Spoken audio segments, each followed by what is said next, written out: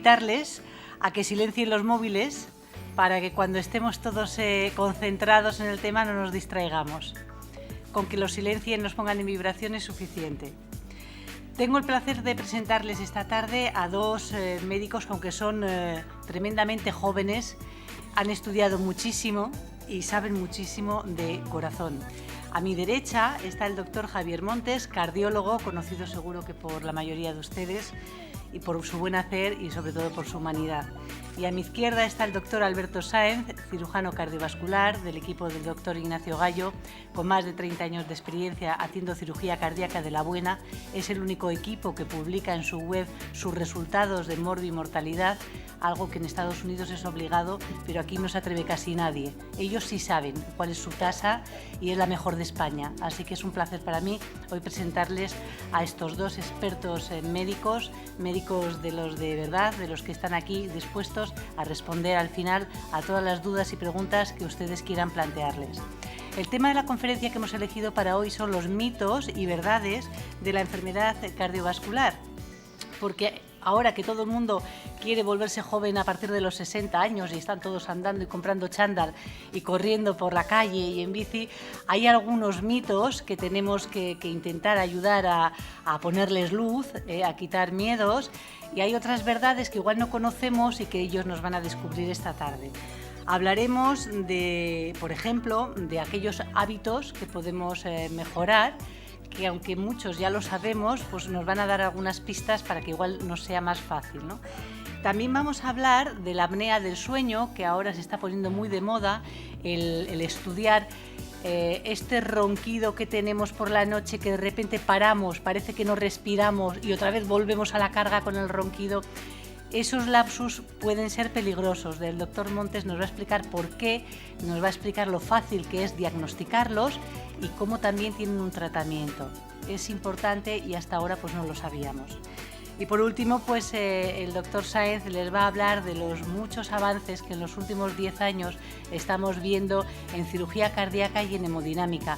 Tan solo este año Policlínica ha sido la primera en España en realizar dos nuevas técnicas combinadas de cirugía cardíaca y de hemodinámica, que él con todo detalle les va a presentar, y que la buena noticia para nosotros es que bueno, pues cada vez vamos a vivir más años y sobre todo vamos a vivir con mejor calidad de vida, con una medicina mucho más evolucionada, mucho menos cruenta y con unos medicamentos cada vez pues más interesantes. También les va a presentar un nuevo sistema para controlar el sintrón desde casa, que bueno, pues para aquella gente sobre todo que está trabajando en activo y que tiene que moverse, que tiene que viajar, pues también le va a facilitar mucho la vida.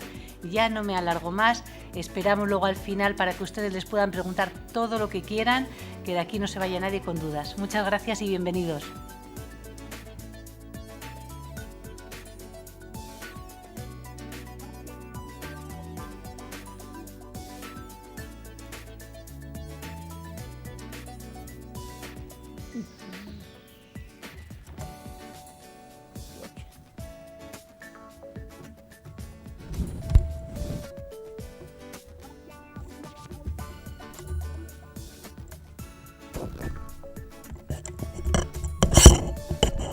Y eso que habíamos venido antes para prepararlo.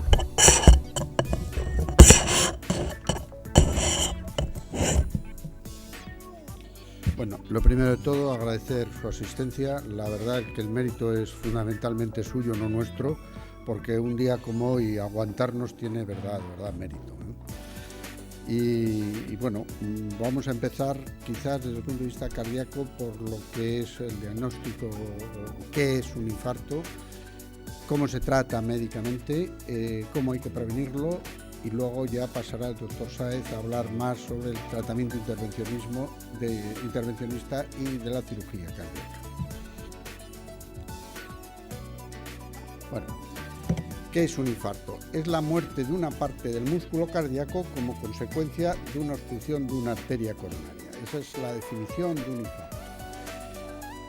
Tenemos que saber que en nuestro país la enfermedad cardiovascular es responsable del 20% del total de los fallecimientos completos. Mirada a la población general, el 20% muere por un infarto miocardio.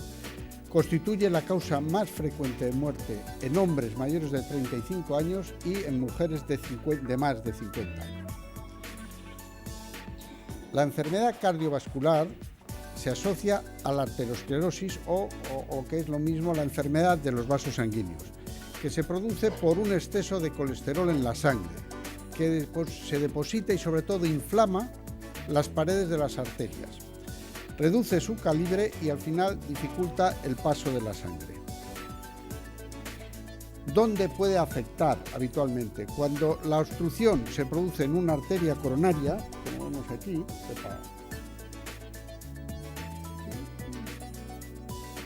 esa es una arteria coronaria que se obstruye, está sacada aquí, la zona que riega esa arteria coronaria se infarta.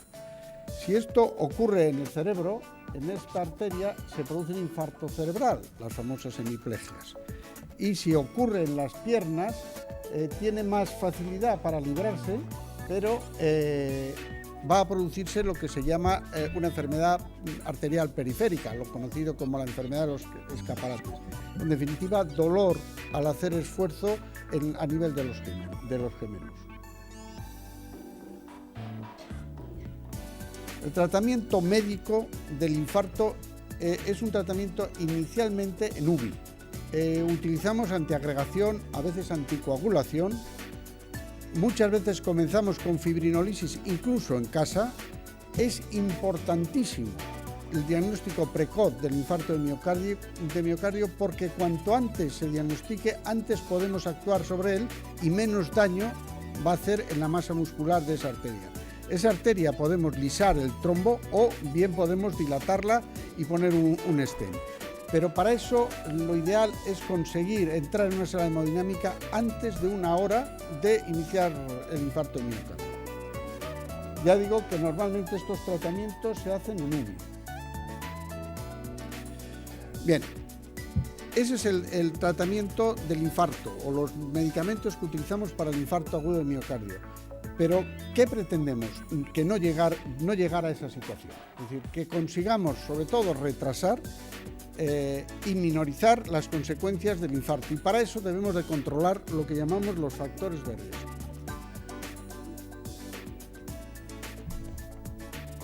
¿Qué es un factor de riesgo cardiovascular? Es una condición personal, esto es importante, es una condición personal, luego no hay dos iguales y la afectación es distinta para cada uno, que aumenta las posibilidades de desarrollar una enfermedad cardiovascular. Dentro de los factores de riesgos hay factores de riesgo que son modificables, que son en los que tenemos que insistir más, son aquellos que se pueden corregir, eliminar cuando cambiamos nuestro hábito de vida. Y hay otros que no son modificables, son propios de la persona. Es decir, que hagamos lo que hagamos, siempre estarán ahí y no es posible quitarlos. ¿Qué factores de riesgo vamos a actuar sobre ellos o podemos actuar sobre ellos? Básicamente sobre la hipertensión, sobre el colesterol, sobre el tabaquismo, sobre el sedentarismo, la obesidad, el estrés y el alcohol. Aquí no se ha puesto la diabetes. La diabetes es tan importante como el propio infarto en sí. Ya se considera una enfermedad asociada, ya no es un factor de riesgo, es mucho más.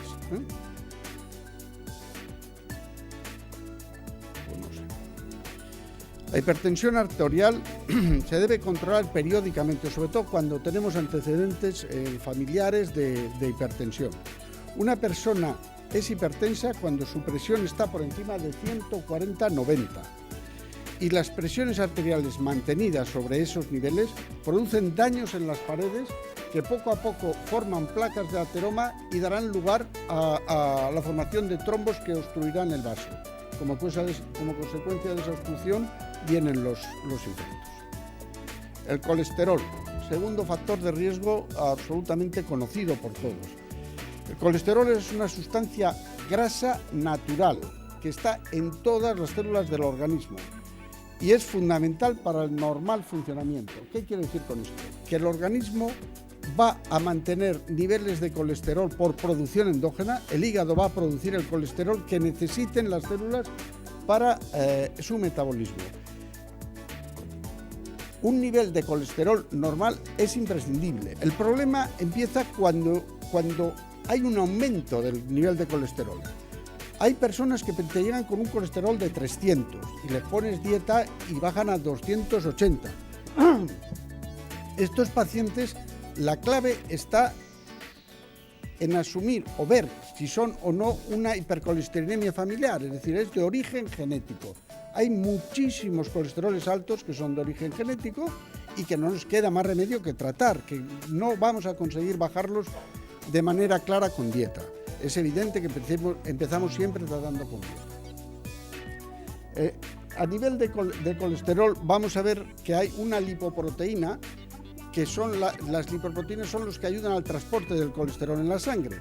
Hay una lipoproteína que es la lipoproteína HDL, que saca el colesterol de la arteria y lo lleva al hígado para metabolizar. Y está la LDL, que hace exactamente lo contrario, fija en la arteria el colesterol circulante. ¿Cuál es nuestra obsesión? Pues evidentemente cuanto más alto tengamos la HDL, mejor, y cuanto más bajo tengamos la LDL, mejor. Con los tratamientos, con todo, lo que conseguimos fundamentalmente es bajar la LDL. La HDL no se ha logrado. Es más, ha habido estudios, se estaban haciendo unos estudios para dar unas pastillas que aumentaran la HDL. Se han tenido que suspender porque aumentaban la mortalidad. Es decir, no estamos todavía en el conocimiento absoluto de lo que son las lipoproteínas. Entonces, claro, esos estudios se han suspendido y no se utilizan las pastillas para subir la HDL. Lo que sí estamos seguros es que conseguimos bajar el LDL, el colesterol malo, con lo cual la relación bueno-malo la mejoramos.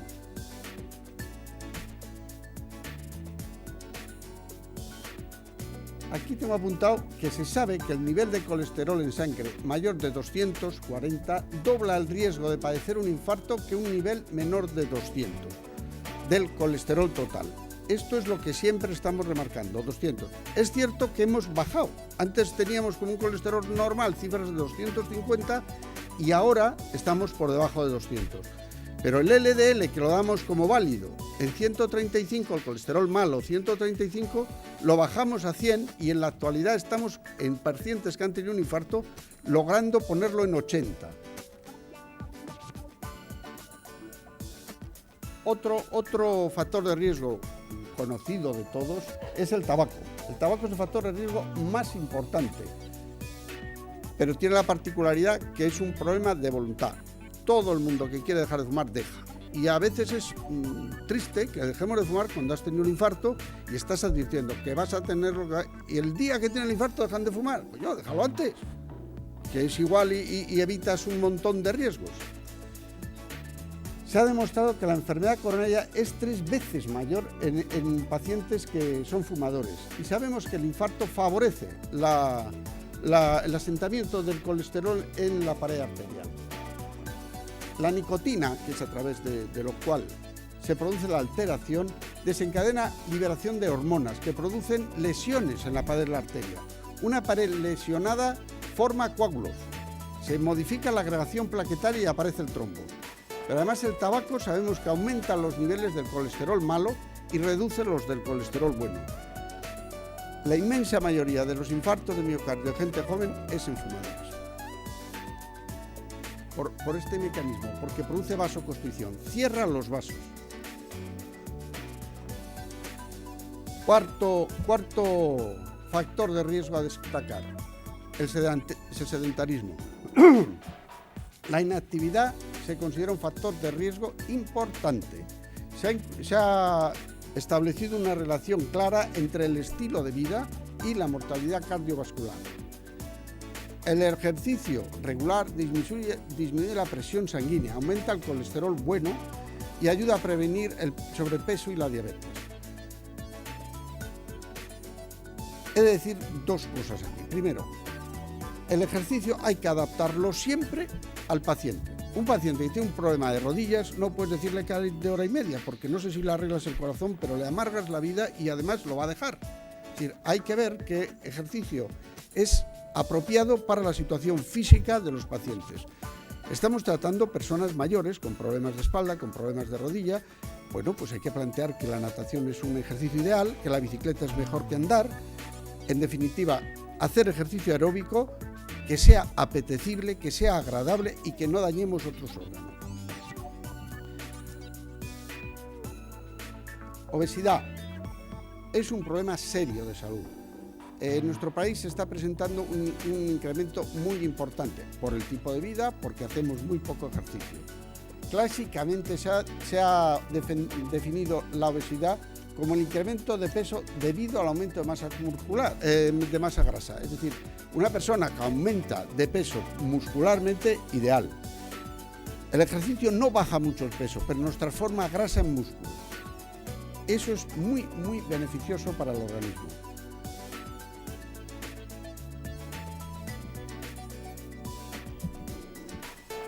Bueno, decir que los efectos de la obesidad sobre la salud pueden comenzar en la infancia. De niños obesos salen adultos obesos. Es muy importante controlar el peso en los niños. Todas las chuches, todas las porquerías que comen todo el día llevan a los niños a la obesidad. La televisión, los juegos estos de ordenador y de televisión, el no salir a la calle y hacer ejercicio, correr y jugar al fútbol es lo peor que podemos hacer. Lo mejor es un bocadillo de chorizo y a correr, es decir, lo que se ha hecho toda la vida y que cada vez estamos protegiendo a los niños de una manera que no es positiva. El estrés, bueno, todo el mundo conoce que el estrés favorece la enfermedad cardiovascular. El estrés es una reacción normal y como tal no debería perjudicar al corazón, pero cuando el estrés no es controlado, cuando no lo manejamos suficientemente bien, sí que desequilibra y puede producir problemas cardíacos.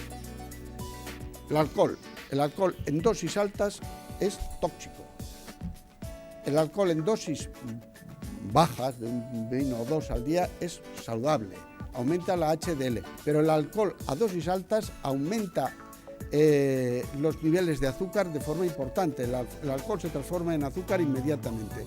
Es más rápido que tomar azúcar por boca la subida que genera el alcohol de glucemia.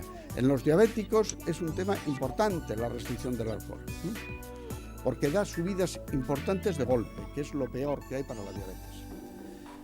¿Qué factores de riesgo no podemos modificar? Antes hemos dicho que había factores modificables, más o menos lo que he metido ahí, y la diabetes, que no quiero entrar porque es tan complicada que es una enfermedad, como digo, asociada a la cardiopatía isquémica, pero ya no se puede considerar factor de riesgo.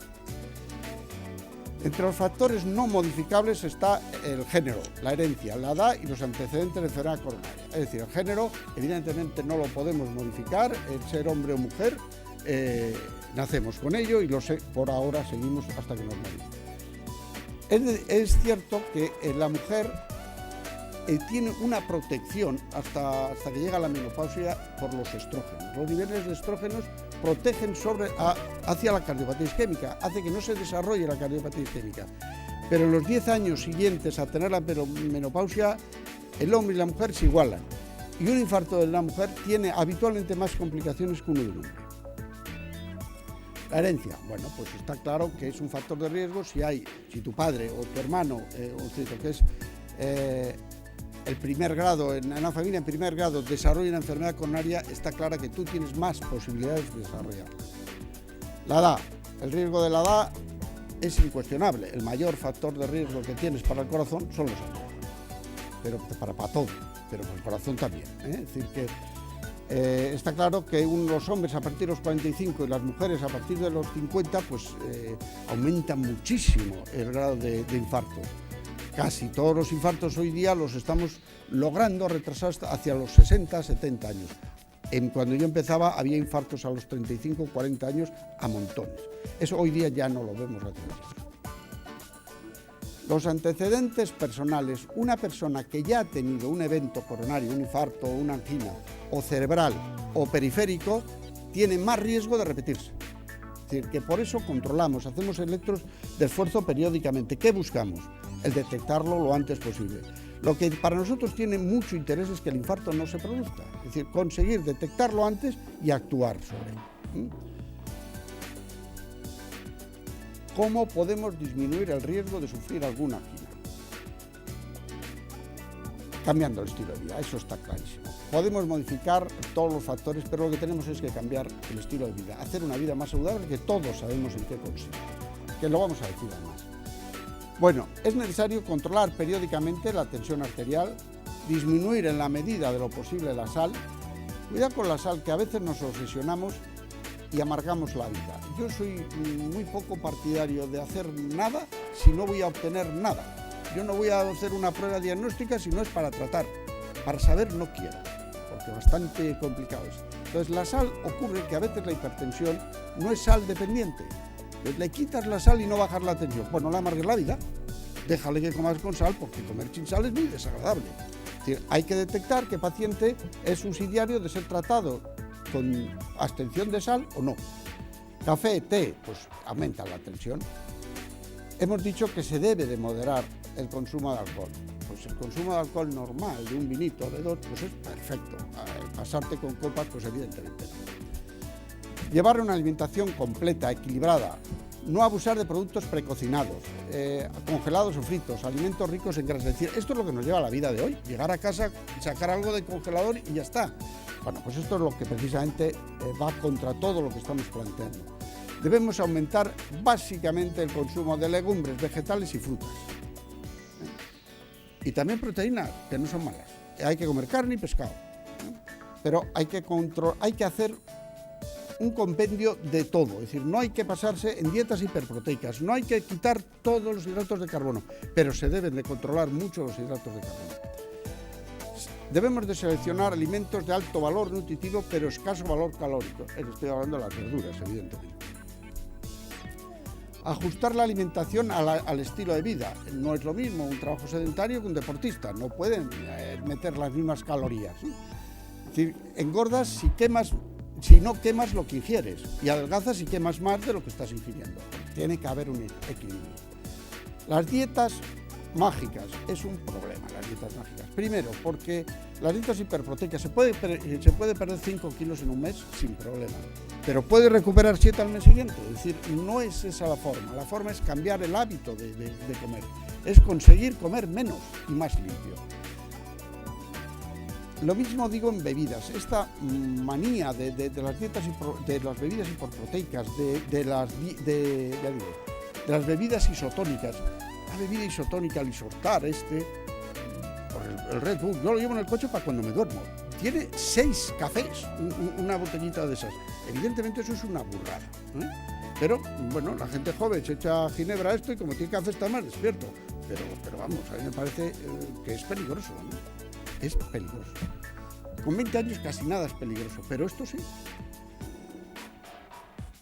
Bien, lo que hemos dicho antes de ajustar las actividades físicas a algo que nos resulte lo más placentero posible y que no genere problemas en el resto del organismo. La Asociación Americana del Corazón recomienda realizar de media hora a 1 hora de ejercicios diarios aeróbicos. Aeróbicos quiere decir que el ejercicio no dispare el corazón, se mantenga en unos niveles por debajo de una frecuencia predeterminada, que normalmente decimos a todos los enfermos, pues no subas de 140 o no subas de 130, lo calculamos con 220 menos la edad y eso calculamos el 85%. Pero se lo decimos siempre a los pacientes cuál es la frecuencia máxima que debe de ir. Una vez que ajustamos a las necesidades, tener como norma que el caminar es muy importante. Coger, si podemos evitar coger el ascensor, no coger el autobús, hacer los desplazamientos dentro de una ciudad andando es lo más natural del mundo. El andar 1 o 2 horas para ir a un comercio, hacer unas compras, no digo ir a Mamut, que le decía a mi mujer hoy, vamos a Mamut andando, después de lo que voy a decir. Ir a Mamut está claro que no, al comercio cercano sí, ¿eh? Esto a mí me parece lo más importante, dejar tiempo libre para esparcimiento y para descansar. No estar obsesionados con el trabajo, con la familia. Necesitamos los tiempos libres para nosotros. Necesitamos el esparcimiento y el descanso. Controlar las emociones. La ira es mala. A veces mordemos a los jugadores. En fin, hay gente que está tocado, ¿no? Está claro. Dormir las horas necesarias y en las mejores condiciones posibles. No dormir con la tele puesta. Bueno, yo esta noche he dormido con la tele puesta, pero no hay que hacerlo, ¿eh? Dormir bueno, en silencio, quitar ruidos, no decir me voy a la tele para dormir, porque, bueno, pues es posible, pero no es un descanso lo suficientemente bueno. Y tenía apuntado ser positivos y con sentido del humor para afrontar los problemas diarios. Es decir, la depresión, aparte de ser triste, es que empeora todo. Entonces, hay que intentar, como sea, quitar angustias, quitar depresiones, ir con ánimo a la vida y a resolver. El mayor problema no lo es si entras bien a él. Y la mayor tontería supone un mundo si no sabes entrar. Si no, nadie sería primer ministro, iba a decir rey, claro, cualquiera. Pero quiero decir, un nivel de estrés importante, bueno, pues hay gente que lo controla y no hay ningún problema. Sin embargo, hay gente que con nada ya se nos hace un mundo. Y ese hacerse un mundo es el descontrol del estrés que decíamos antes, ¿no? Liberar adrenalina, es decir, que hay que ser positivos, saber que nada es tan importante como para jugarnos la vida. ¿Qué mitos y verdades? Joder, qué pesado soy. ¿Qué mitos y verdades podemos encontrar dentro de los infartos? Yo he sacado aquí algunas cosas que son preguntas que luego quizá podemos comentar más, pero un poco era como dar al avance a entrar en preguntas o en problemas que suelen surgir y que nos preocupan. Me gustaría que se sepa que el 50% de los infartos fallecen antes de llegar al hospital. Pero hay una cosa que es muy importante, el 40% de los infartos son asintomáticos. No presentan dolor, sobre todo en diabéticos. No presentan dolor. Por eso es bueno hacerse un reconocimiento periódico, porque a través de un electro o de un eco podemos detectar un infarto que ha sido asintomático. El detectar el infarto pone en movimiento que seremos mucho más estrictos en los niveles de colesterol, de glucosa, de techo, es decir, que la detección de un problema coronario o vascular es muy importante para evitar su progresión. ¿Sirve para algo las pruebas de esfuerzo? Es muy típico oír, me ha visto el médico, he hecho una prueba de esfuerzo, me han dicho que todo normal y al día siguiente me ha dado un infarto. El infarto es por rotura de placa, de una placa de esas que hemos dicho que se forman en las arterias. Esas placas que se rompan no lo podemos predecir. Es decir, que nosotros lo que podemos detectar a través de pruebas de esfuerzo son las obstrucciones que llamamos fijas. Una obstrucción del 70, del 60% en una coronaria la detectaremos con una prueba de esfuerzo, pero no vamos a evitar o predecir si puede haber un infarto.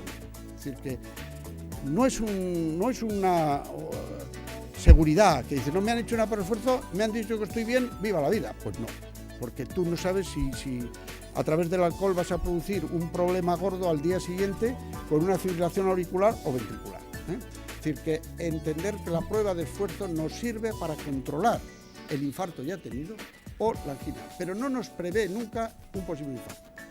¿Qué riesgo tiene una prueba de esfuerzo? Típica pregunta, joder, hizo una prueba de esfuerzo y se murió. Vale, si hubiera muerto en la prueba de esfuerzo o 10 minutos después en la cama. Eso está claro, es decir, si eso ocurre es porque está esa arteria coronaria en una situación absolutamente crítica. Y si se ha de cerrar, prefiero que se me cierre en la policlínica, con un cardiólogo al lado y con una unidad de cuidados intensivos a 10 metros, como lo tenemos. Es decir, cualquier riesgo controlado es asumible. Lo que no es asumible es muchas veces hacer el loco sin saber lo que tenemos. Es decir, estoy pensando en los de la Beovia San Sebastián, que hay gente que a mí me han pedido autorización para correr la Beovia San Sebastián cuando has tenido 2 infartos. No seas loco. Es que estoy tan mal. ¿Y cómo le dices que sí? Es que es difícil. Pero hay que tener la suficiente... Sí. Bueno, ha quedado claro. Ahora está muy de moda el TAC coronario. ¿Cuándo se debe hacer un TAC coronario? Nosotros lo hacemos mucho en chequeos. Pero sobre todo les diría que el TAC coronario lo hacemos cuando con las pruebas de esfuerzo o con el eco no tenemos el suficiente carga diagnóstica para decir si tiene o no una cardiopatía isquémica. A mí me gusta hacerlo antes a veces del cateterismo, porque al cateterismo hay que llegar con el diagnóstico bastante seguro para poder, en el mismo acto, poder dilatar, ser intervencionista, poder colocar un stent, dilatar, etc. Entonces, ¿cuándo se debe hacer un cateterismo? Cuando la sospecha es tan alta que sabemos que si es positiva le vamos a poner un stent. Por eso decía antes que no me gusta nunca hacer una prueba si no va a llevar algo detrás. porque nada es gratis, es decir, un cateterismo conlleva un mínimo riesgo, una prueba de esfuerzo conlleva un mínimo riesgo, pues no le hago una prueba de esfuerzo si no está indicada, o no le hago un cateterismo si no está indicado. ¿Sirve para algo la aspirina? Para la población general, no. Es decir, lo que llamamos prevención primaria, la población que no tiene enfermedad, no sirve para nada la aspirina. En los pacientes que han tenido un evento vascular, sí. Entonces hay que determinar, porque es que la manía de la aspirina al final nos acaba dando problemas de agregación para sangrados cuando no es ningún beneficio para el corazón, ni para nada vascular. El ácido úrico. Pregunta de todas las consultas. ¿Qué pasa por la elevación de ácido úrico? Si no hay gota, no hay que tratar. Y es un tema que nos preocupa. Y si no hay gota, pues no hay que tratar el ácido úrico. Relaciones sexuales. Salvo en la fase aguda del infarto de miocardio, las relaciones sexuales son positivas. Como medio comparativo decimos que una relación sexual equivale a subir un segundo piso en esfuerzo. Muchas veces, si un corazón está muy justo, lo que hay es que hacer una prueba de esfuerzo, ver qué nivel, calculamos qué nivel de esfuerzo tolera, y en base a eso, yo creo que el 99% de la gente puede tener relaciones sexuales satisfactorias, aun habiendo tenido un infarto. Del alcohol ya hemos hablado, de la carne de cerdo, decir que la carne de cerdo es la mejor carne, es la que menos grasa tiene. Es una cosa que todo el mundo tiene sus dudas, pues el magro de cerdo es el que menos grasa tiene. ¿A qué edad puede aparecer el infarto? Los primeros estudios se hicieron en pacientes fallecidos en la guerra de Vietnam y se veía ya procesos arterioscleróticos severos con 20 años. ¿A qué edad puede aparecer? A cualquiera. Evidentemente con los años aumenta el riesgo, pero puede aparecer a cualquiera. El SAUS, lo que hemos comentado al principio, ¿qué es el SAUS? Es la obstrucción al flujo aéreo, es los roncadores los que hacen apneas del sueño. Cuando una persona hace apneas del sueño y le colocamos un pulsiosímetro en el dedo, vemos que desatura, que los niveles de oxígeno, que normalmente tienen que estar por 95, 98, se ponen en 80. Y eso genera una disminución de oxígeno en todo el organismo. Quizás quien más lo sufre es el cerebro, pero sube el corazón, lo sufre el riñón. Y hoy día el detectarlo es relativamente fácil. Todo el mundo sabe, joder, no hay quien duerma con ella, pues ya sabes, pues si ronca mucho hay que ver por qué ronca. Porque se puede operar, se puede primero detectar, luego operar, se puede tratar con una CPAP, un aparatito donde te meten aire a presión. Es de diagnóstico fácil y el beneficio del tratar la obstrucción al flujo aéreo es importantísimo. Se hace en un día, te dejan un aparatito, te llevas a casa y te dicen, ¿necesitas o no necesitas?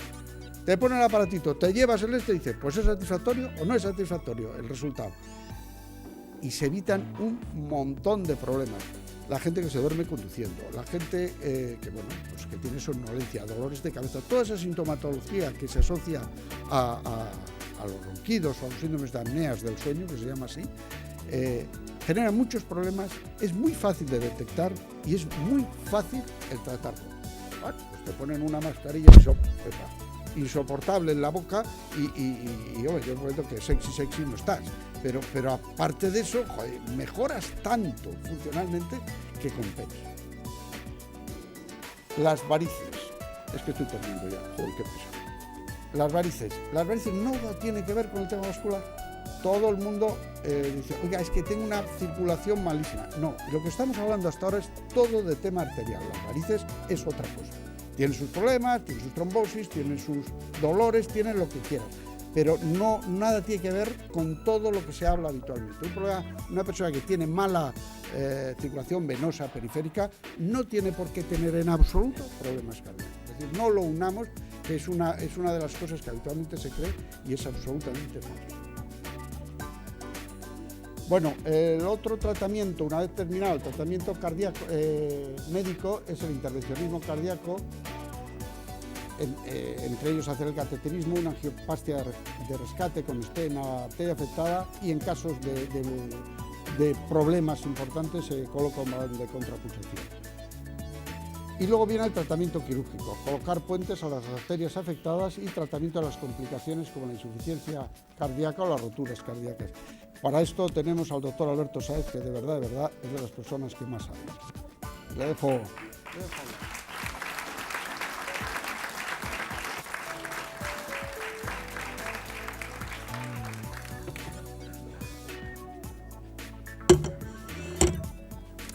buenas tardes. Un segundito que ¿se me oye con el cacharro este? No.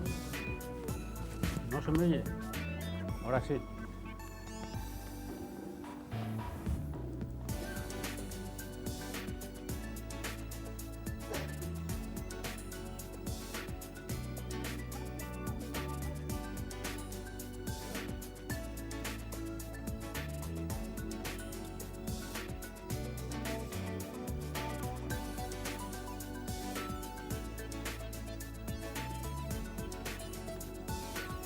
Bueno, pues muy buenas tardes otra vez. Muchísimas gracias por acompañarnos. A ver, después del panorama que nos ha puesto el doctor Montes, que tiene pues toda la razón del mundo, porque la enfermedad cardiovascular sigue siendo la principal causa de muerte en el mundo occidental, a pesar de los avances en la prevención, el diagnóstico y el tratamiento. Sigue siendo la principal causa de muerte. La buena noticia es que cada vez tenemos más medios y mejores medios para tratarla.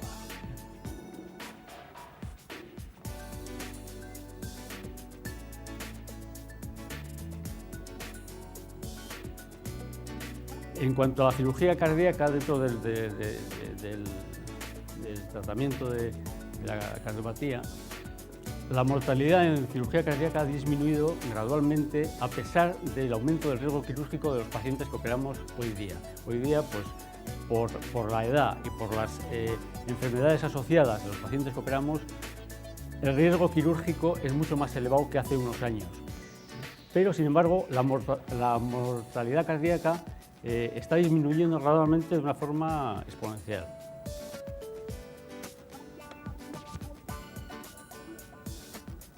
Bueno, para tratar la cardiopatía isquémica, o sea, las enfermedades coronarias, tenemos fundamentalmente dos técnicas: la cirugía cardíaca y la cirugía de bypass coronario, que consiste en hacer bypasses o puentes desde nuestros propios vasos con arteria mamaria o con venas safena que sacamos de la pierna a las coronarias que están lesionadas. Aquí están las lesiones, para que llegue adecuadamente el flujo a las coronarias que tienen una lesión o que están obstruidas.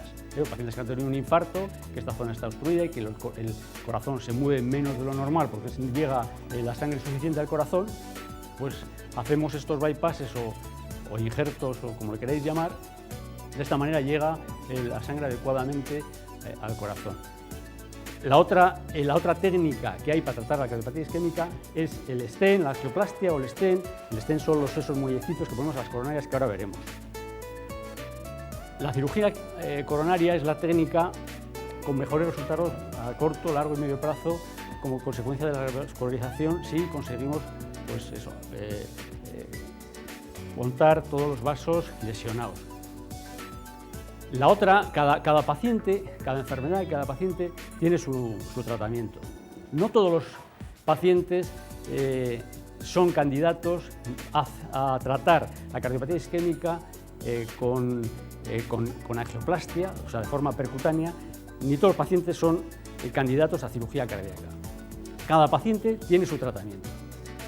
Los pacientes diabéticos con enfermedad multivaso, o sea, quiere decir pacientes que tienen enfermedades coronarias complejas de más de un vaso, 2, 3 vasos, o pacientes que no siendo diabéticos tienen patología coronaria difícil de tratar con angioplastia, el tratamiento más indicado es la cirugía. En pacientes con cardiopatías coronarias importantes también, pero que afectan a un solo vaso, a dos vasos, que son fáciles de tratar de forma percutánea, se les trata con la angioplastia, que es esta técnica que os voy a describir aquí con un pequeño vídeo. Perdón.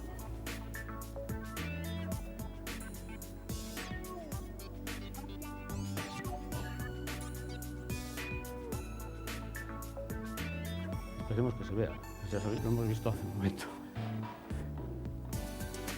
No, se tiene que ver.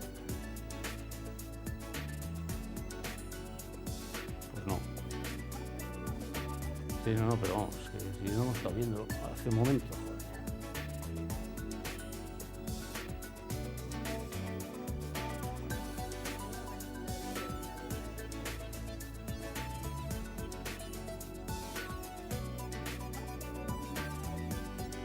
Nada.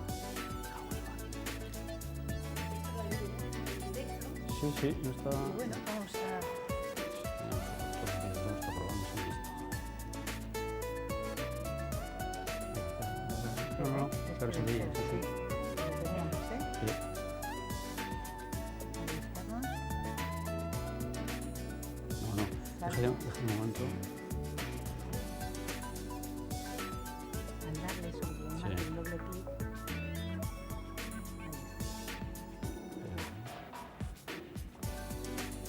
Ahí estás.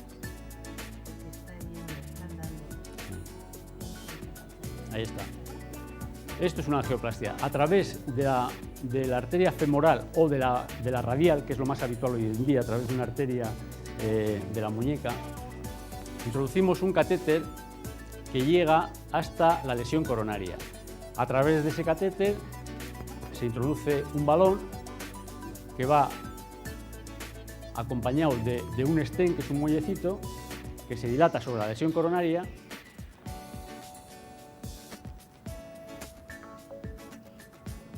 Queda ahí implantado, con lo cual retorna el flujo coronario, el flujo de sangre a esa coronaria que estaba obstruida o incluso cerrada. Hay coronarias cerradas que se pueden abrir, implantar un stent y recuperar el flujo coronario. Hoy día estos stents son stents farmacoactivos que están impregnados de fármaco que hacen que las restenosis sean mucho menores. Incluso, al principio las angioplastias eran con balón. Y actualmente pues, están utilizando estos stents. Incluso un avance en los stents es el stent biodegradable, que se empeñaba en salir. Todavía es un stent que su uso no es rutinario, porque está en fase, digamos, de experimentación, de ver qué resultados va a tener. Son stents que se introducen y se implantan de la misma forma, pero se autodestruye, se libera. O sea, al final el stent está en el vaso, hace su acción el tiempo necesario y poco a poco se va disolviendo, liberando al vaso de la jaula que supone ese stent metálico. En un futuro es posible que los stents vayan por ahí, porque desde luego el mundo de los stents es una locura. Lo que hace la industria se va mejorando año a año en la aparición de stents con el objeto, bueno, por intentar quitarnos trabajo a los cirujanos, así de claro. Esto es otra imagen del stent biodegradable.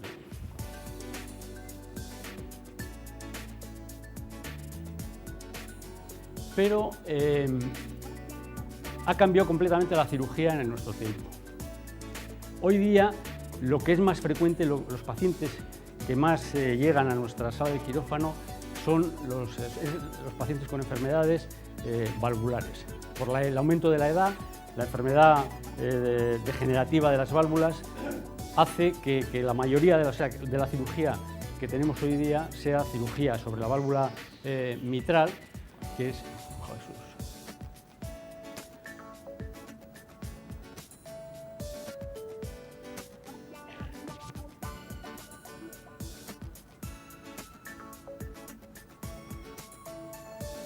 podéis perdonar, pero aquí se me va el dedo y ya lo has liado, ¿eh?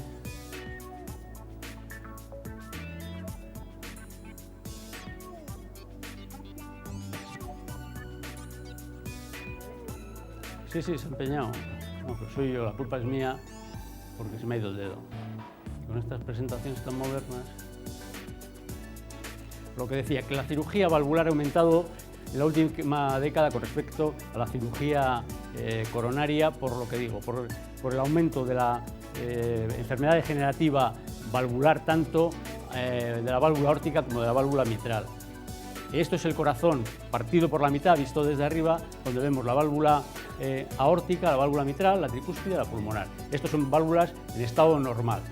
Pues con la edad esas válvulas degeneran, se desgastan, se calcifican. Unas válvulas, la válvula aórtica fundamentalmente, la válvula mitral se hace más laxa, se hace insuficiencia mitral, o por los infartos, pues también la válvula mitral se deteriora. Entonces, lo más habitual es eso, cirugía sobre la válvula aórtica, bien sea reparadora, sobre la válvula aórtica, bien sea cambiar la válvula aórtica, que es la cirugía habitual, o sobre la válvula mitral, que tratamos siempre de repararla porque es el tratamiento más adecuado de la válvula mitral.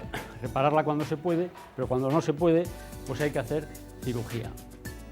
Y dentro de la cirugía valvular, lo más frecuente, lo más habitual, es la cirugía del recambio valvular aórtico. Es la patología más frecuente que vemos en nuestro quirófano, por lo mismo, por aumento de la enfermedad degenerativa valvular en los pacientes pues, que ya de determinada edad. ¿En qué consiste esta cirugía? Pues esto os lo explico un poquito porque así es difícil. Establecemos una serie de tubos y de circuito para poder aislar el corazón a una máquina que va a hacer las funciones de corazón y pulmón mientras esté ese corazón parado, para explantar o quitar la válvula patológica y poner la válvula, quitar la válvula enferma y poner una válvula nueva, bien sea una válvula mecánica o una válvula biológica. Se quita la válvula enferma y se sustituye por una válvula bien mecánica o bien biológica. Esto se hace con lo que se llama circulación extracorpórea, que no es, como alguna gente cree, y es uno de los mitos de la cirugía cardíaca, sacar el corazón de su caja, ponerlo encima de una mesa, arreglarlo y vuelta para adentro. No, se hace in situ, donde está, ayudado pues, de las técnicas que tenemos hoy día, que es las bombas de circulación extracorpórea, que es esto. Esta es la máquina que hace de corazón y pulmón, mientras ese corazón está parado, para que el paciente pueda vivir ese tiempo, sobrevivir, para que esté perfundido el cerebro, el riñón, todos los órganos, y estas máquinas cada vez son más avanzadas y se evitan pues, los riesgos colaterales de la circulación extracorpórea, que son los riesgos que de verdad producen complicaciones en el futuro. ¿Pero qué ocurre? Que hay muchos pacientes que llegan a nuestras consultas con una edad muy avanzada, que encima tienen otras patologías acompañantes que hacen que el riesgo quirúrgico pues, sea inasumible.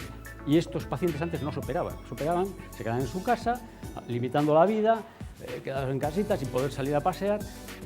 Pero hoy día pues, contamos con una nueva estrategia, un nuevo tratamiento, que es la válvula aórtica percutánea. ¿Qué significa esto? Pues esto es el implantar una válvula sobre la válvula ya enferma, sin necesidad de abrir el pecho ni hacer circulación extracorpórea, con el corazón latiendo. ¿Cómo se hace eso?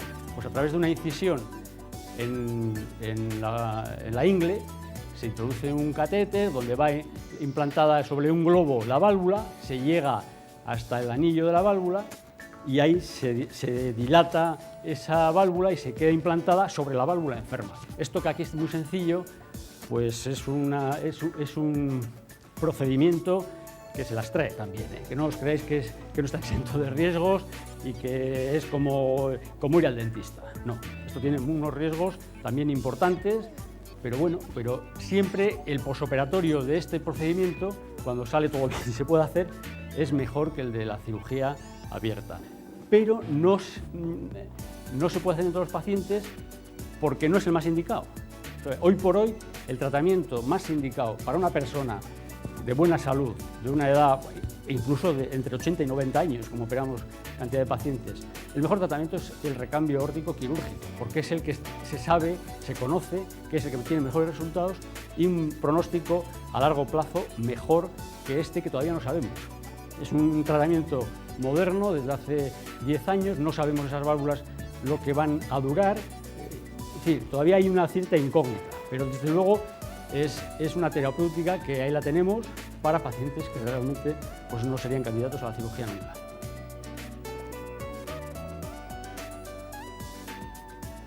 A ver si conseguimos que se vea esto. Eso es. Este es un pequeño vídeo donde se ve cómo se introduce el catéter a través de la aorta desde la ingle, se va subiendo hasta llegar al corazón. Atravesamos la válvula enferma con el catéter a través de esa guía y cuando ya estamos en posición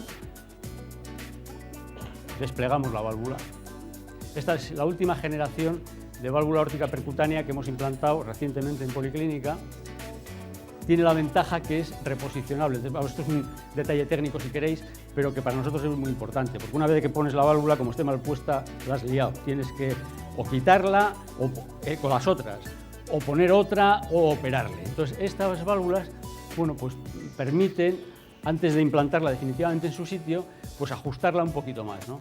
Y bueno, pues es una nueva válvula que es una nueva generación, como digo, que veremos a ver qué resultados da. Desde luego, las que estamos poniendo hasta ahora, estamos muy contentos con ellas. Pero bueno, esto es un paso más y seguirá habiendo más pasos porque la tecnología avanza, como hemos dicho, que es una barbaridad.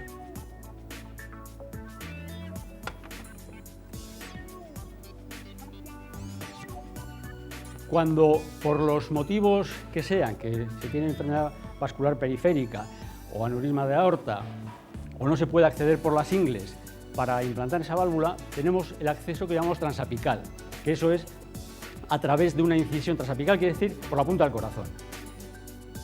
Esto es un paciente... Perdón.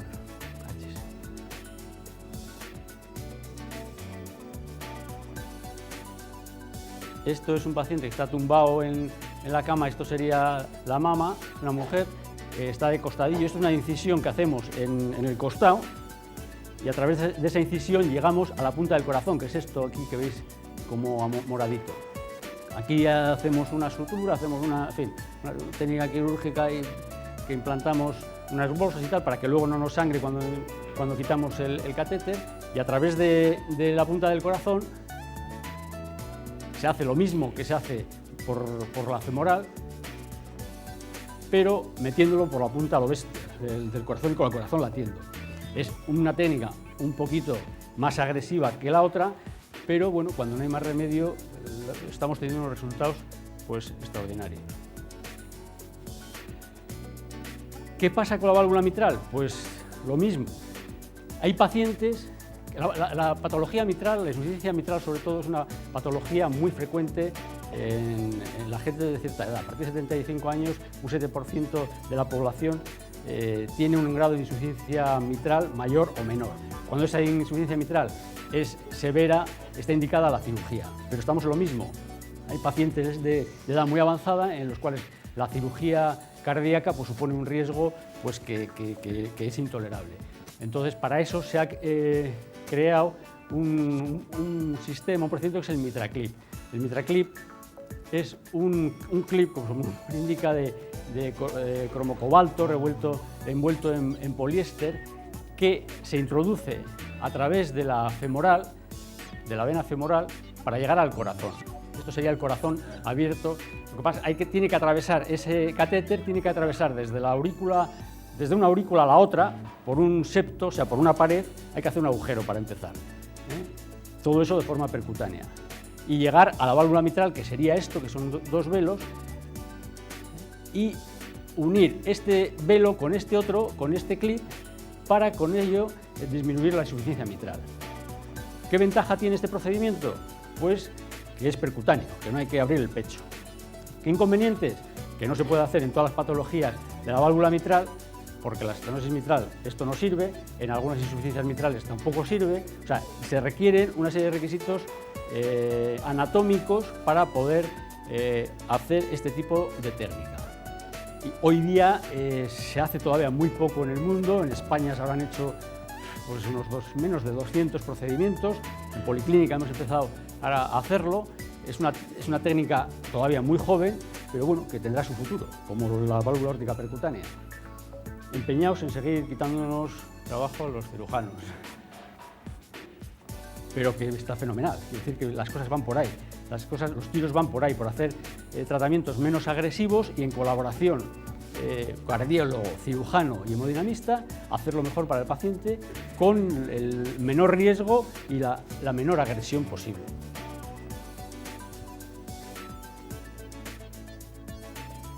Este es un pequeño vídeo pues para demostrar, aquí está pues los hemodinamistas y cirujanos. Este es el septo que os he dicho que hay que atravesar con un punzón, hay que atravesar la pared del corazón por dentro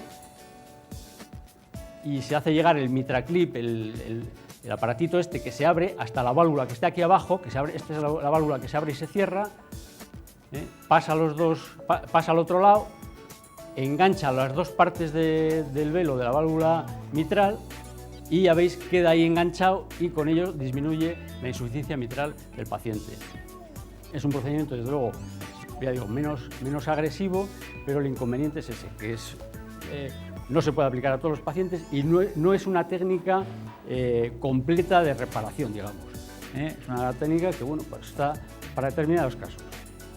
Sigue siendo la cirugía, insisto, hoy día el mejor tratamiento para el paciente que se pueda operar que tenga una patología mitral.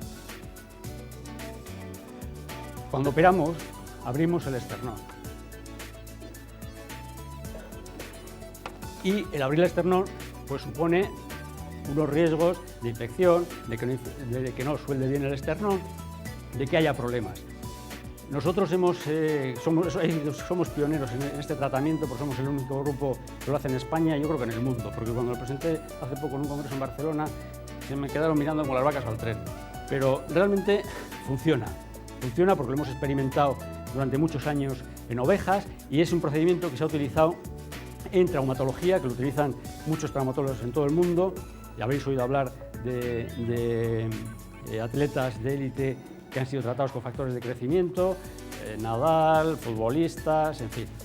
Esto es la propia sangre del paciente, la tratamos, sacamos la sangre del paciente, la centrifugamos y hay una porción de esta sangre que lleva lo que se llaman factores de crecimiento que protegen de las infecciones y que facilitan la cicatrización pues, del músculo, del hueso. Esto se empezó en cirugía maxilofacial, pero luego ha ido progresando y hoy día es un campo que se utiliza muchísimo en traumatología y nosotros, pues, con esta idea, hemos empezado, bueno, llevamos utilizándolo un montón de tiempo desde hace, pues, desde el año 2000. Al final salen unos coagulitos, son como unos coagulitos así que parecen moco, que los ponemos en el esternón, y antes de cerrar el esternón y facilita la cicatrización de ese hueso y evita las infecciones. Lo venimos aplicando, ya digo, desde 2008, más de 2.000 pacientes y con unos resultados que estamos encantados. Bueno, y otro, ya para terminar, algo que os quería comentar es el autocontrol que ha comentado Conchi Russell, el autocontrol del sintrón. ¿Qué es esto del autocontrol del sintrón? Que hay mucha gente que seguro en la sala más de uno toma sintrón. Los pacientes operados de corazón que tienen portadores de válvulas cardíacas, muchos tienen que tomar sintrón de por vida y muchos pacientes con algunas arritmias pues tienen que tomar sintrón. Habitualmente pues van a sus centros hospitalarios o sus centros ambulatorios a hacerse un control pues, mensualmente. Y el autocontrol del sintrón consiste... Ahora sí que lo he liado. Consiste en hacerse...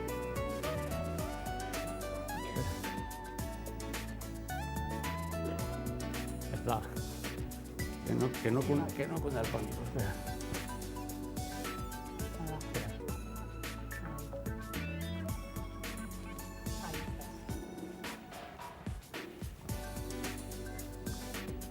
Consiste en realizarse el control por el paciente en el propio domicilio.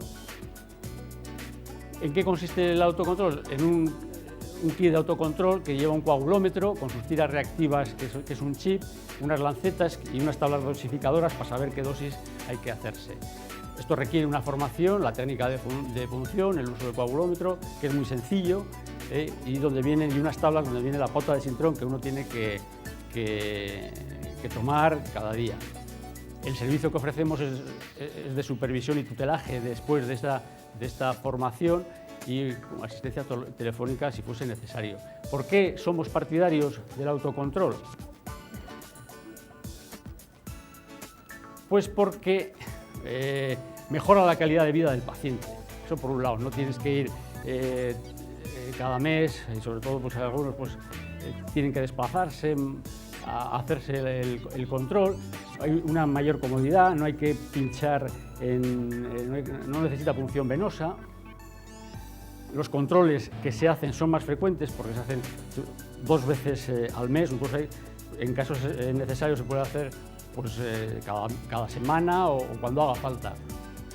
Y hay una mayor calidad del control del sintrón porque se está más tiempo en los niveles adecuados del sintrón que cada paciente tiene que tomar. Con ello hay menos complicaciones hemorrágicas y menos complicaciones embólicas y por ello una menor mortalidad. Esto es un vídeo también, a ver si...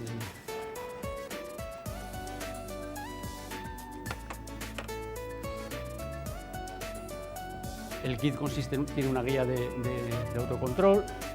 Es un sistema pues, muy parecido al control de la glucemia, que consiste en pincharse el pulpejo del dedo, coger una gota de sangre, ponerlo en esa tira que es un chip, al final es un chip, introducirlo en el aparatito, ahí te da unas cifras y en esas cifras, con unas tablas que acompañan al sistema, pues te dice la dosis de sintrón que tienes que tomar durante 15 días. Es muy sencillo, cómodo y yo creo que hoy día no es un servicio que está al alcance de todo el mundo en el sentido de que Osakidetza no lo subvenciona, pero yo creo que es el futuro, el que cada uno, pues, o el que quiera por lo menos, pueda realizar el control del sintrón en su propio domicilio, por lo cual pues, va a ganar en calidad de vida una barbaridad. Y esto es todo lo que quería contaros. Ha sido un placer y estamos disponibles para cualquier duda, pregunta o lo que os apetezca. Muchísimas gracias. Muchas gracias. Hayan aguantado del tirón, este es vuestro momento. Nos vais levantando las manos para que os podamos acercar el micro y podamos todos escuchar la consulta que les queréis trasladar. A ver quién es el valiente que rompe el hielo. Por aquí el micrófono en la primera fila y vamos de delante para atrás. Al señor de la camisa gris.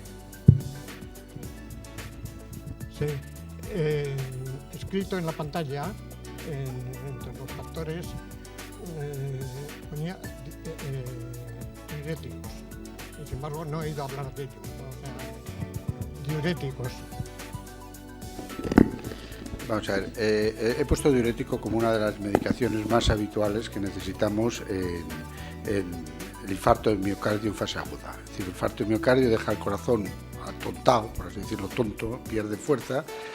Entonces, muchas veces, como consecuencia de eso, no lanza la sangre suficiente al resto del organismo y se va hacia atrás, va hacia los pulmones. Es lo que llamamos insuficiencia cardíaca o edema agudo del pulmón. En ese caso, utilizamos diuréticos para descargar ese exceso de líquidos que tiene el árbol vascular. Es habitual en la fase aguda del infarto de miocardio la utilización de diuréticos, pero lo utilizamos fundamentalmente cuando hay insuficiencia cardíaca, sea del origen que sea. Gracias. La señora de verde de la segunda fila. Luego vamos arriba y luego vamos con usted. ¿Qué cuidado tiene que tener un paciente que ha tenido una válvula aórtica percutánea? O sea, que seguimiento.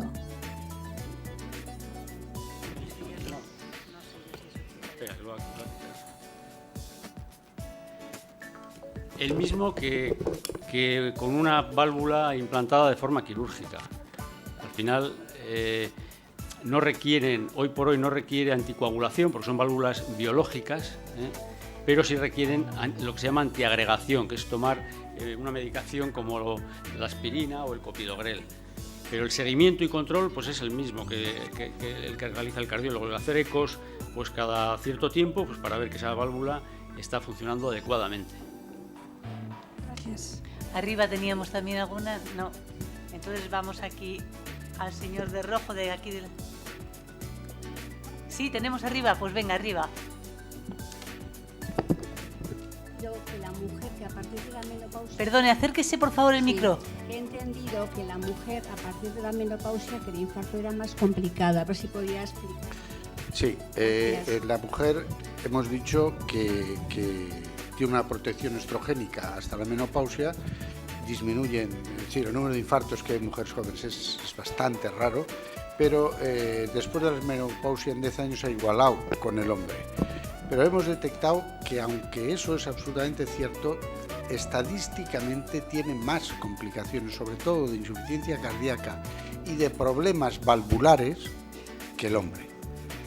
Es cierto que los hombres lo han tenido a veces antes, pero a partir de que la mujer presenta el infarto de miocardio, tiene más complicaciones estadísticas que el hombre, básicamente problemas valvulares. Al hilo de lo que dice el doctor Montes, es verdad que eso ocurre también en la cirugía cardíaca. La cirugía cardíaca en la mujer tiene más riesgo que en el hombre, y lo siento, pero es así. O sea, es más frecuente en el hombre, pero cuando hay que realizar cirugía cardíaca en mujeres, el riesgo es algo mayor que en el hombre. ¿Que me preguntan por qué? Pues no lo sé. Yo creo que hay factores hormonales, genéticos y de otra índole que se nos escapan, pero es así.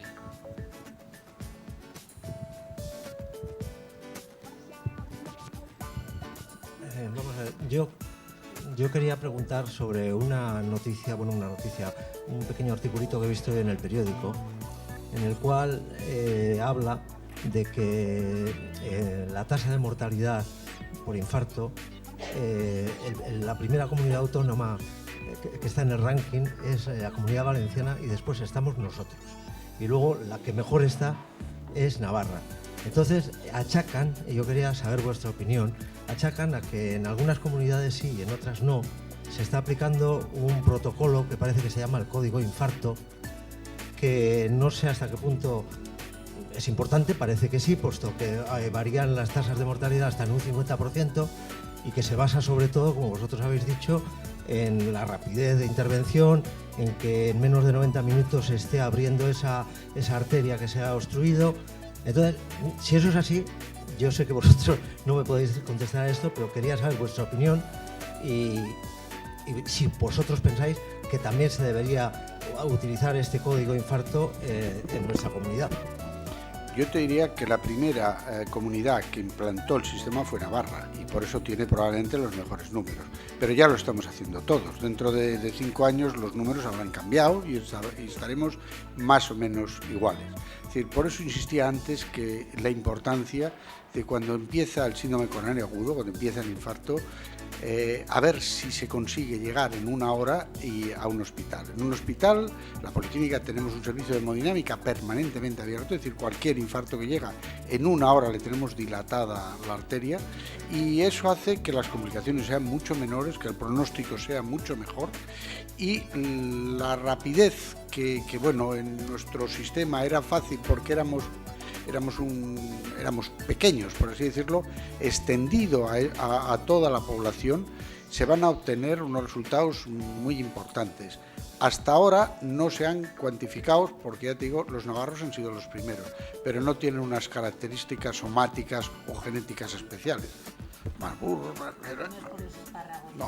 No es por los espárragos. A mí me consta que se está haciendo aquí ya, porque cuando va la ambulancia medicalizada a recoger un paciente que ha tenido un infarto, ya se pone en contacto, pero desde la ambulancia, con el centro de referencia donde van a ir, para ir preparando, antes de que el paciente llegue a la UBI, vayan llamando al hemodinamista para que se presente allí o se le haga fibrinolisis, en fin, para que se empiece el tratamiento prácticamente desde la ambulancia. El minuto cero, que esa es la clave. Se está haciendo. Yo creo que en ese sentido, en nuestra comunidad y en Guipúzcoa en concreto, somos unos privilegiados en el tratamiento del infarto y de la cardiopatía isquémica y en general.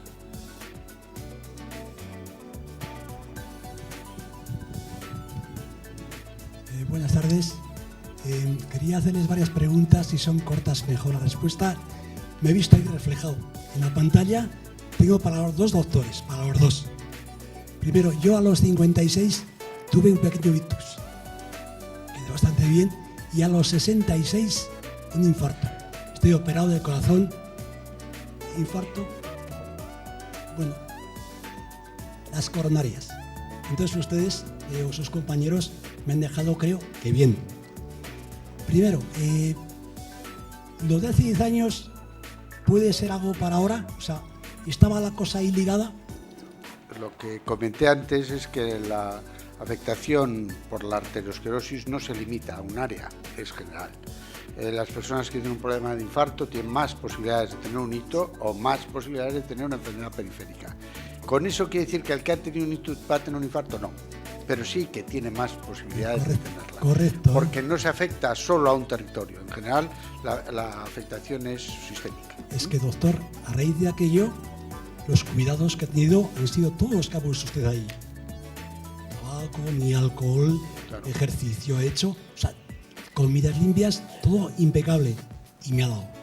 Vamos a ver, lo que hay que entender es que el control de los factores de riesgo no quita en la progresión de la arteriosclerosis, la enlentece. Si usted no hubiera hecho eso, es posible que el infarto lo hubiera tenido a los 2 años o al año y medio de haber tenido el ictus. Mucho mayor. Quiero decir que con eso que hemos ganado, pues 10 años sin problemas. Luego ha tenido un infarto o un problema vascular coronario que se le ha conseguido controlar. Y luego tiene la ventaja de que como usted ya era un problema vascular, era más controlado que la población general. En base a eso se pueden hacer pruebas de esfuerzo o se pueden determinar una serie de medidas que nos haga llegar a tiempo. Correcto. Pero solo retrasamos, no solucionamos. Bien. Es decir, es que la progresión de la arteriosclerosis es la vida, es que nos morimos porque se nos cierran los vasos. Bien, tengo familiares directos con problemas similares. O sea, ahí están los genes, supongo. Claro. Luego, para el doctor Sáenz, Sáenz, sí, Alberto Sáenz. si algún día nos podrán reparar las coronarias sin sacar el corazón, ¿se podrá? Ya se está haciendo, como le he dicho, con el stent, con los stenes, No, cuando es se que ya puede. tuve, 2 stent y al mes ustedes, su Le equipo, operamos. nos operaron. O sea, tengo las 2 cosas, pero para el corazón me consta que lo que usted ha puesto ahí, la maquinita, sacar todo fuera, entonces algún día podrán operar sin sacarlo. Bueno, el corazón, como le he dicho antes, no lo sacamos de su sitio. El corazón se queda en su sitio, lo conectamos a una máquina y ahí... Sí, pero abrir tienen que abrir. Sí, O sea, tenemos que abrir, sí. Pues posiblemente no. O sea, que sí, posiblemente haya pasado un tiempo, se pueda hacer esto, pues yo qué sé, igual con láser. Si es que la tecnología avanza a un ritmo que no nos podemos imaginar. Y ahora mismo, pues no le puedo contestar. Sé que estamos en vías fundamentalmente por el tema de los stents, que lo que se intenta es conseguir que se pueda conseguir stents o muellecitos que no se restenosen, ¿no? Y que con eso se evite la cirugía. Y se ha evitado en gran medida, porque estamos operando un 30% menos de pacientes que operábamos hace 10 años. Es una barbaridad. O sea, estamos menos de la mitad que hace 10 años. Entonces, se ha avanzado en ese sentido. ya para terminar, yo las coronarias, desde el 75, famoso de aquel que murió, que mandaba mucho, no había oído nunca las coronarias. Entonces, quiero pensar que son las arterias que alimentan al corazón. Exactamente, sí. Quiero recordar. Entonces, el corazón, que es una simple bomba, digo simple, complejísima, simple nada, es pero muy algún compleja. día no se podrá sustituir por una bomba de las de la lavadora, que es la que tira el agua. Algo mecánico. Pues, ¿Se podrá? pues ya hay, sí se podrá, ya hay, y por ahí van los tiros en el trasplante, en el intentar encontrar una maquinita o los trasplantes de corazones criados en animales parecidos a nosotros. Por ahí van los tiros Es que, al fin y al se cabo, está investigando en eso, sí. Al fin y al cabo, no es más que una bomba. Sí, que hace pero es una circular bomba la muy sangre. compleja y que tiene vida propia. Bueno, pues muchas gracias. Tiene vida propia. A usted, señor Ruiz Urchegui, por aquí había pedido el micro, segunda fila. Vamos a aquella esquina un poco por respetar los órdenes y luego vamos arriba y luego bajamos abajo otra vez. Muy buenas. No me gustaría abrir un capítulo grande y complejo, pero sí me gustaría algunos comentarios interrelación diabetes-corazón. Bueno, he dicho que es un tema tan importante que lo que antes se consideraba un factor de riesgo ahora puede considerar una enfermedad asociada. Es decir, la diabetes es para la cardiopatía tan importante como el propio infarto. Es decir, es clave. Controlar una hemoglobina glicosinada por debajo de 7 a ser posible para que no nos genere afectación vascular importante. En diabetes de tipo 2, en la diabetes que aparece en el adulto, es relativamente fácil con los antidiabéticos controlarlo. La diabetes tipo 1, la diabetes insulino dependiente, es muy difícil a veces controlar esos niveles. Pero hay que pensar que las bombas de insulina, que las insulinas de acción rápida logren mantener esas cifras de 120, 130, 150 que son las deseables. Yo creo que ahí vamos a estar en muy poco tiempo con autoanálisis, bombas y demás. Vamos a estar, todavía no estamos. Y desde el punto de vista de la cirugía, como lo he recalcado antes y ahora está demostrado por un estudio multicéntrico que se ha publicado hace muy poco tiempo, el tratamiento más indicado en los pacientes que tienen enfermedad coronaria avanzada de más de 3 vasos o enfermedad compleja o del tronco. El tronco se llama cuando a la parte de las coronarias donde nacen las 2 coronarias más importantes. Bueno, pues el tratamiento más adecuado en este tipo de pacientes es la cirugía, que es más agresivo, pero se sabe que es mejor porque a largo plazo hay menos eventos cardiológicos de infarto, de ictus, de muerte que con los stent. ¿Entiendes? O sea que al final no siempre lo menos agresivo es lo mejor. Esa es una idea que hay que tenerla y es el cardiólogo y el cirujano el que tienen que decir a cada paciente qué es lo mejor para él, no el paciente elegir ahí en la mesa, pues no, a mí póngame 3 stent, 4 los que haga falta mientras no me abran el pecho, porque los riesgos que puede tener en un futuro a tener un infarto son mucho mayores que si se le ponen los stent que si se le opera con cirugía abierta, que sea un procedimiento más agresivo. Y en los diabéticos eso está demostrado.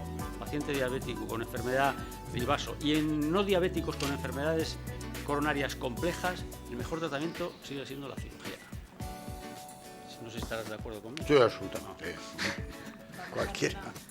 Una pregunta arriba que se nos va acabando el tiempo. Hola, buenas tardes. ¿Qué síntomas se tienen cuando uno, por ejemplo, está a punto de sufrir un infarto? O que a lo mejor tiene ya un vaso obstruido. Sí, vamos a ver. Gracias. La sintomatología tradicional de un infarto de miocardio es un dolor en el centro del pecho, no un pinchazo, no una molestia, un dolor intenso en forma de garra hiriente de un cuarto de hora de duración o más de un cuarto de hora de duración que se irradia al brazo, a la mandíbula y que se acompaña de lo que llamamos reacción vegetativa, es decir, ganas de vomitar, sudoración. Esa es la sintomatología clásica. Pero hay infartos que les duele un brazo y el 40% de los infartos no les duele nada. Y yo he tratado infartos que están diagnosticados de un problema de tiroides porque les dolía la mandíbula y hemos tratado infartos que era un problema digestivo. Es decir, el infarto, como la sintomatología es muy variada, es a veces difícil de llegar a él, pero el infarto típico es fácil, lo conocemos todos, es el dolor intenso. Lo que muchas veces generan dudas es esos pinchazos que notas, eso no es cardíaco. El dolor cardíaco es un dolor de verdad, en el centro del pecho, que te pone muy mal, que te notas que te puedes morir, vamos. Ese es el infarto. ¿De acuerdo? Ok, buenas tardes. Quería saber si hay algún estudio sobre el azúcar, el consumo de azúcar. Si es cierto que el azúcar refinado puede provocar daños en las arterias o como para que luego el colesterol se agarre a... Vamos a ver, el azúcar refinado tiene el efecto de una absorción más rápida. Cuanto menos refinamiento lleva el azúcar, más fibra lleva y tarda más en absorberse. Los mayores problemas que tiene la diabetes son los picos de subida del azúcar. Cuanto más refinado, más fácil son esos picos. Lo que afecta y lo que genera es elevaciones de los picos de glucosa. Y se ha visto que todo ello conlleva una diabetes. Y la diabetes es la que genera mayor daño vascular. Es la enfermedad que mayor daño vascular genera en su evolución. Se generan placas, se generan placas de ateroma que se rompen con facilidad y producen los infartos o producen los ictus. Evidentemente, el azúcar no es el alimento ideal. Los alimentos ideales son los hidratos de carbono que cuesten absorberse, no los de rápida absorción, y el azúcar evidentemente es de rápida absorción. Por eso siempre quitamos azúcar, pasta, pan, vino, todo lo que lleve a la producción de glucosa rápida. A mí no me importa que se tome todas las alubias del mundo. ¿Por qué? Porque la alubia se absorbe, o el garbanzo, la lenteja, todas las legumbres se absorben de forma lenta. Pero la pasta tienes glucosa inmediatamente, y la glucosa en pico es la que hace daño. Y luego quería saber qué pasa con los stents que no son biodegradables. Pues ahí están, ahí se quedan y no pasa nada. Hay pacientes que están con su stent y no producen ningún daño. Lo que pasa es que sí que hay stents que se produce restenosis sobre el stent. Pero eso es porque la enfermedad cardiovascular progresa, o sea, eso puede progresar, pero tanto los stents como los puentes, si uno no hace las medidas de prevención que comentó el doctor Montes. Sí se ha avanzado en ese sentido, que antes las angioplastias se hacía con balón, se inflaba, sin más, y se sabía que había más restenosis. Después vinieron los stents metálicos sin más. Esa malla que hemos visto, se ponía la malla y bueno, pues había un grado de restenosis, o sea, de que se volviese a cerrar esas coronarias menor que con el globo. Ahora esos stents van recubiertos de unos medicamentos que también van cambiando, buscando siempre el efecto de evitar la restenosis, o sea, que es que la lesión vuelva a cerrar el vaso. Pero ahí están, se quedan ahí. Buenas. Yo quisiera que me comentara algo sobre el bloqueo del ramal derecho. ¿Bloqueo de rama derecha? En el electro. En una revisión médica, cuando tenía aproximadamente 45 años, el médico de empresa me dijo: ¿has tenido un infarto? Y yo, 45 años, yo entonces ahora tengo 67. Y yo la verdad no me enteré y me dijo: no vas a tener ningún problema, pero sigue así. O sea, quisiera que me hablara de eso. El bloqueo de rama derecha es una dificultad del paso del estímulo eléctrico desde la aurícula, llegas al ventrículo y ahí se ramifica. La rama derecha tarda más en pasar el impulso y conduce por la rama izquierda.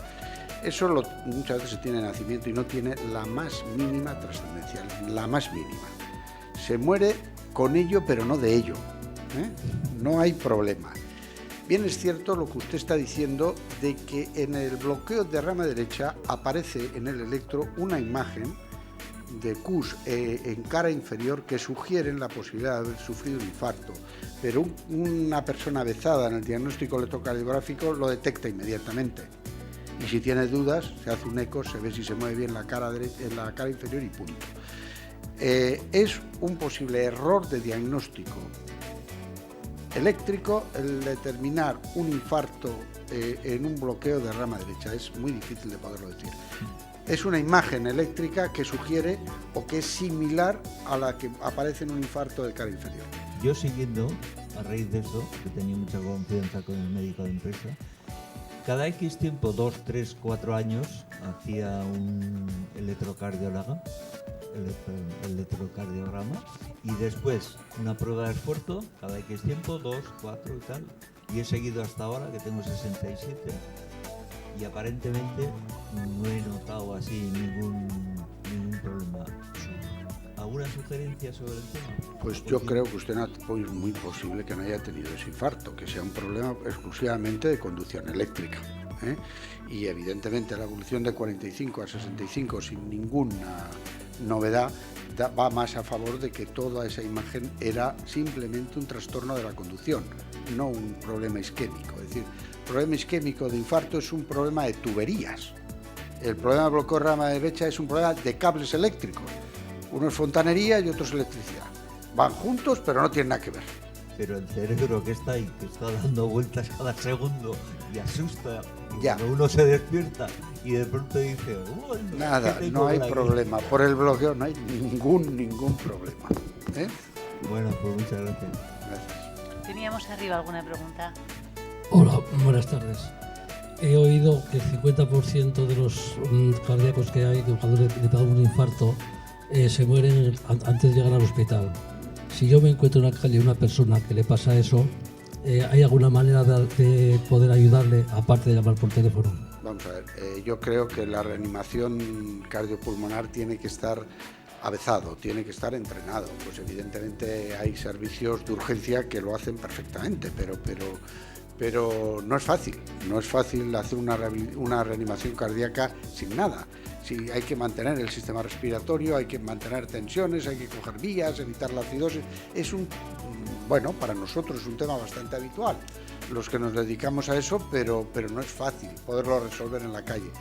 Poderlo mantener a veces con masaje o con lo que sea hasta que llegue una ambulancia con gente cualificada, pues es lo que hay que intentar.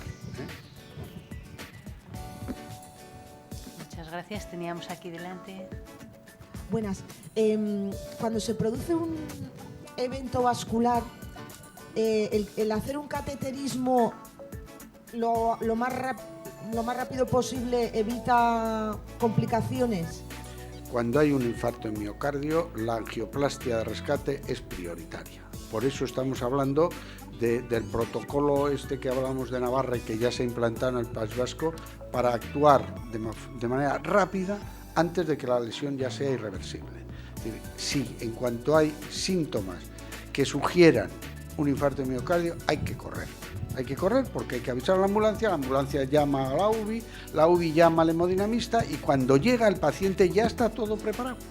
Entonces se puede actuar y resolver dentro de la primera hora y media. Los resultados son espectaculares de una persona que se actúa en la primera hora o hora y media de las que pasan más de 4 horas. Son completamente distintos.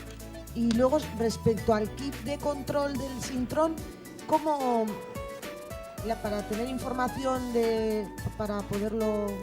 Pues ahora mismo en Policlínica hay una unidad que se dedica a ello y sería llamar y preguntar por la doctora Russell, que es la que lleva este autocontrol.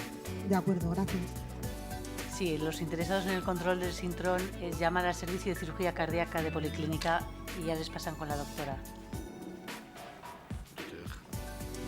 Hola, una persona que tiene un dolor fuerte en el pecho porque tiene un disgusto familiar, se acerca a urgencias y le ven la tensión muy alta y el que tenía el colesterol muy alto también. Entonces era un viernes y le aconsejan ingresarle. Le tienen en observación y el lunes le hacen una prueba de un ecocardiograma y una prueba de esfuerzos. Entonces descartan que sería un infarto, que posiblemente haya sido un estado de ansiedad fuertísimo. Pero así todo, el cardiólogo le aconseja que se haga un cateterismo. Entonces el paciente consulta con el paciente y el paciente como que se niega porque, claro, como descarta que no era infarto. ¿Qué riesgo podía tener el paciente si se hace ese cateterismo? El riesgo de un cateterismo. ¿Por qué tanto insistir el cardiólogo para que se hiciera el cateterismo? A ver, el caso puntual es difícil de valorarlo sin conocerlo y sin tener los datos. Lo que sí es verdad... No ha sido en esta ciudad, ha sido un familiar, pero no familiar. Lo que sí es verdad es que hacer un cateterismo no está exento de riesgos, porque para hacer un cateterismo se introducen esos catéteres que llegan hasta las coronarias y simplemente, es que lo hemos visto, el hecho del catéter, el introducirse en una coronaria, pues estás haciendo una agresión a una coronaria que el porcentaje es muy, muy bajo, afortunadamente, pero hay un riesgo de infarto producido por la prueba porque se rompe la coronaria, se diseca y puede haber un infarto en una persona que no tiene lesiones coronarias. O sea, que la indicación de una coronariografía no se puede hacer a la ligera.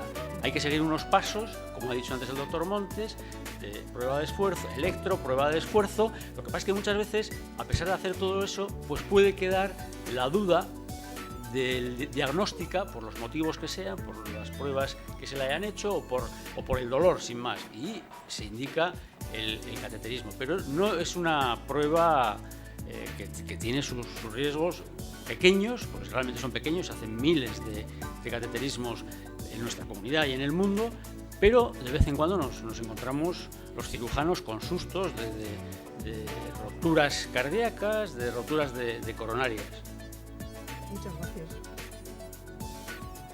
Tenemos este señor aquí en el centro. De ese señor ahí. El pobre lleva desde el primer minuto. Ahora mismo.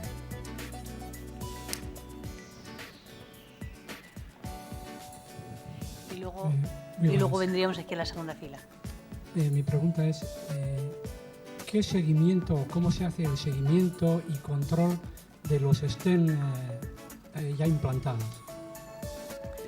Bueno, los stent habitualmente los controlamos con pruebas de esfuerzo. Es decir, una vez abierta la arteria, queda abierta. No tiene por qué haber ningún problema. Entonces, lo habitual es que si hay un problema de restenosis, que es lo que nos preocupa siempre con los stent, la restenosis se produce el 90% en el primer mes y prácticamente a los 6 meses el riesgo de restenosis baja considerablemente. ¿Qué hacemos? Lo mismo que hacemos para diagnosticar una angina. Haremos una prueba de esfuerzo, haremos un TAC si hace falta, es decir, utilizamos los mismos métodos diagnósticos que cuando no hay stent. ¿Por qué? Porque es un vaso ya normal, una vez que has abierto la estrechez. El flujo tiene que ser normal y la prueba de esfuerzo no se debe de alterar. ¿Y tiene una periodicidad fija? Bueno, depende. Inicialmente se hace una prueba de esfuerzo habitualmente en los 3 primeros meses y probablemente al año.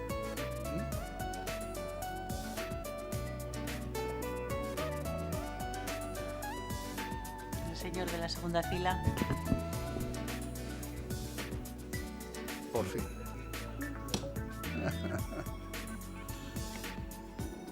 Sí, yo tuve un infarto hace 2 años. Entonces, en las revisiones anuales, el hecho de tener controlados el colesterol, la tensión, toda la serie de elementos que se controlan, eso es, digamos, ir haciendo el ejercicio, la dieta, todo el círculo completo.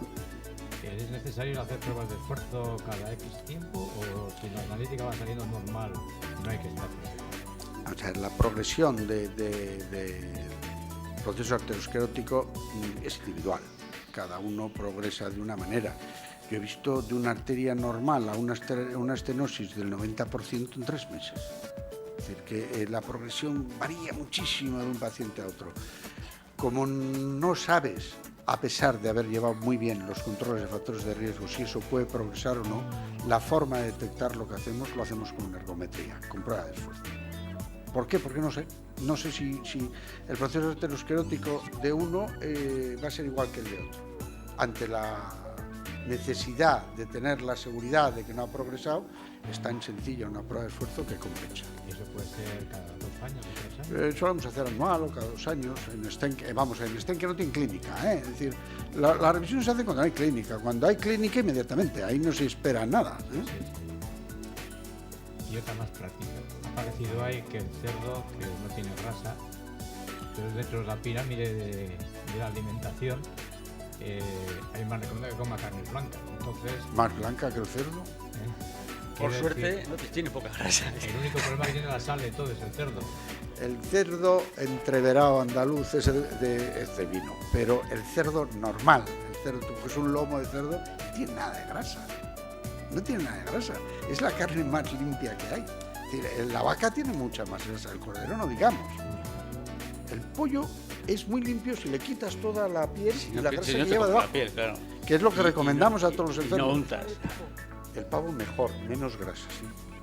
Pero vamos, la base esa es que el cerdo es una carne limpia, curiosamente. No puntúa el chorizo, ¿eh? No. Fijaros si es agradecido el cerdo, que hasta hacemos válvulas de él para implantarlas a los... O sea, fijaros si es agradecido. Muchas gracias.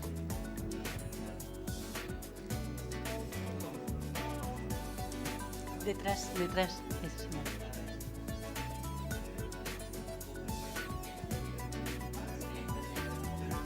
¿Así? Díganos, señora, vamos a terminar ya. Acérquese, por favor, el micro y así le escuchamos. 2 preguntas. Por ejemplo, una arritmia, ¿Una arritmia es una cardiopatía? Sí, una arritmia es una alteración en el sistema de conducción.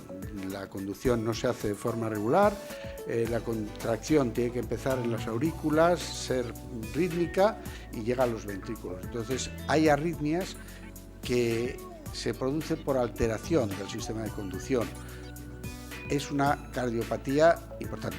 Entonces, ya te digo que en el corazón hay 3 cosas claves: el músculo cardíaco, el sistema de alimentación, que son las arterias coronarias, que digo en broma las tuberías, y el sistema de conducción, que te digo el sistema eléctrico. Pues ese sistema de conducción es el que genera las arritmias. Es una patología muy importante. De hecho, hay muchos pacientes que les colocamos los DAI, los desfibriladores implantados, por el riesgo de sus arritmias. Cuando vemos arritmias malignas, colocamos un DAI. Sí, y otra pregunta. Los anticoagulantes, el Sintrom, por ejemplo, que necesita tantos controles, ¿qué diferencia tiene con otros que no hay que controlar tanto? Por ejemplo, si son más convenientes en algunos casos o así. El Sintrom es, dentro de los anticoagulantes, es el más seguro que hay, porque es el que se puede revertir. Hoy día están saliendo muchos sustitutivos del Sintrom que quieren hacer la misma función que el Sintrom y que se están utilizando, pero no tienen antagonistas. O sea, no se puede quitar el efecto del Sintrom como el efecto de esos medicamentos como del Sintrom. El Sintrom, si yo qué sé, pues un paciente que está en tratamiento con Sintrom y por lo que sea tiene un accidente y hay que operarle ese mismo día, pues hay forma de tratar esa anticoagulación que produce el Sintrom. Hay medicamentos, la vitamina K, el plasma, con lo cual desaparece el efecto del Sintrom pues en pocas horas. Sin embargo, estos otros medicamentos pues mantienen su efecto anticoagulante y antiagregante durante mucho tiempo y nos producen problemas, sobre todo a los cirujanos. O sea, preferimos operar a pacientes que estén tomando Sintrom, que es muchísimo más manejable la anticoagulación que produce el Sintrom, que estos otros medicamentos. Que no digo que en el futuro se llegue a un medicamento pues más cómodo que el Sintrom, ojalá, pero hoy por hoy, ojito. Gracias. Hay una cosa que es clara, y es que en las válvulas, Sintrom, sin duda, sin duda. En problemas de trombosis venosas, en problemas de fibrilación auricular, se puede valorar otros tratamientos anticoagulantes. Los nuevos son más cómodos, en fin, no tienen esos cambios, tienen sus ventajas unos y otros. Es cierto que no puede revertir, pero en el tema que estamos tratando hoy de las prótesis valvulares, Sintrom, no hay duda, no está admitido la utilización de otro anticoagulante que no sea Sintrom. En una arritmia es discutible, se puede, aumentas. ¿Cuándo yo lo utilizo? Yo lo utilizo cuando no controlo bien el Sintrom. Esa es la indicación clave de la utilización de los nuevos antiarrítmicos, porque el mal control del Sintrom genera un riesgo probablemente mayor que la reversión, que es el mayor problema que tienen los nuevos. Pero evidentemente, si una persona está bien controlado con Sintrom, no tocar. Lo que va bien, no tocar. Bueno, tenemos que ir terminando, ya lo siento, pero nos van a echar ya de aquí. Luego puede hablar con él si quiere. Muchas gracias a todos. Sintrom y Adiro, claro, se puede utilizar juntos. Muchas gracias a todos. No se olviden, mañana cerramos la semana en el Hotel de Londres, desayuno cardiosaludable a las 10 y taller de risoterapia. Buenas noches.